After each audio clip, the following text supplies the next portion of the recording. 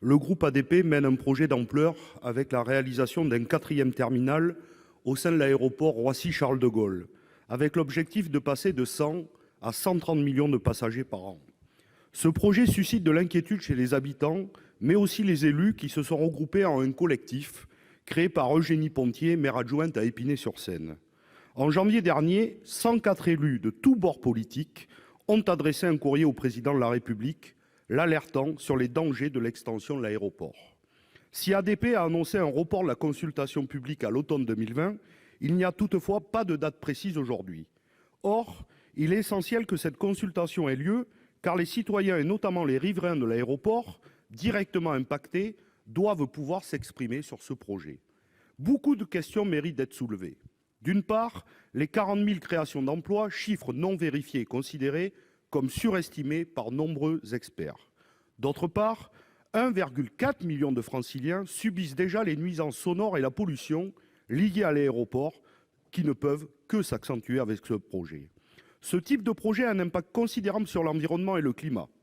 Le terminal 4 entraînerait une augmentation de 40% du trafic aérien, soit plus de 500 vols journaliers supplémentaires, couplés à une densification prévue des terminaux existants. Le chiffrage des émissions de CO2 annoncé par ADP ne prend pas en compte que les phases de roulage, décollage et atterrissage. Pourtant, les avions effectuent aussi des trajets dont la France est pour partie responsable. Le Haut Conseil pour le climat préconise de rattacher dans notre objectif de neutralité carbone, en incluant la moitié des trajets, soit 15 millions de tonnes équivalent CO2 ajoutées aux émissions annuelles de la France d'ici 2037. Tout cela, bien sûr, sans compter les augmentations du trafic routier pour accéder à l'aéroport par l'A1 et l'A3, déjà surchargés.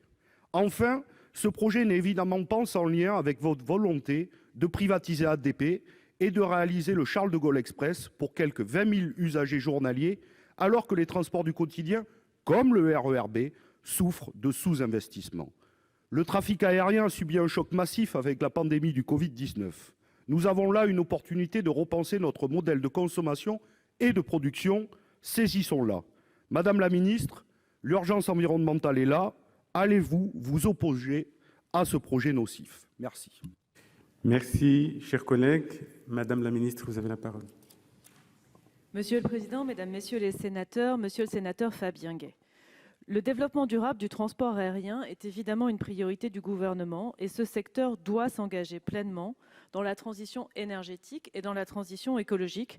C'est d'ailleurs l'esprit qui nous a animés dans la mise en place du plan de relance appliqué au secteur aéronautique.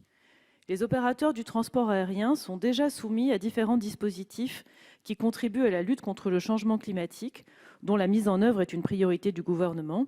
Je pense par exemple à l'entrée en vigueur du dispositif dit CORSIA, mécanisme mondial imposant dès 2021 la compensation de la croissance des émissions de carbone des vols internationaux.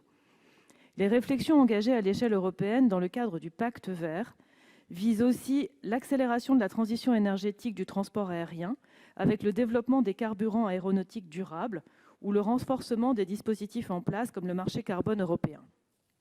Le gouvernement a ainsi en outre annoncé le 9 juin, dans le cadre du plan de relance du secteur aéronautique, un budget de 1,5 milliard d'euros sur les 3 prochaines années pour soutenir la recherche et le développement, ainsi que l'innovation du secteur en matière de décarbonation. Par ailleurs, la crise sanitaire affecte les perspectives de croissance de moyen terme du trafic aérien.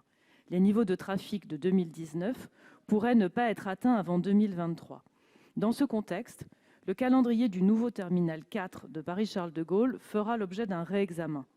Soyez certains que la maîtrise de tous les impacts environnementaux liés à l'activité de l'aéroport Paris-Charles de Gaulle est une priorité. Le gouvernement veillera à ce que les nuisances sonores, les émissions de polluants, les effets sanitaires soient maîtrisés. En particulier, l'étude dite d'approche équilibrée, qui va être menée par ADP en 2021, devrait permettre de progresser dans la prise en compte de la problématique du bruit, et notamment la nuit.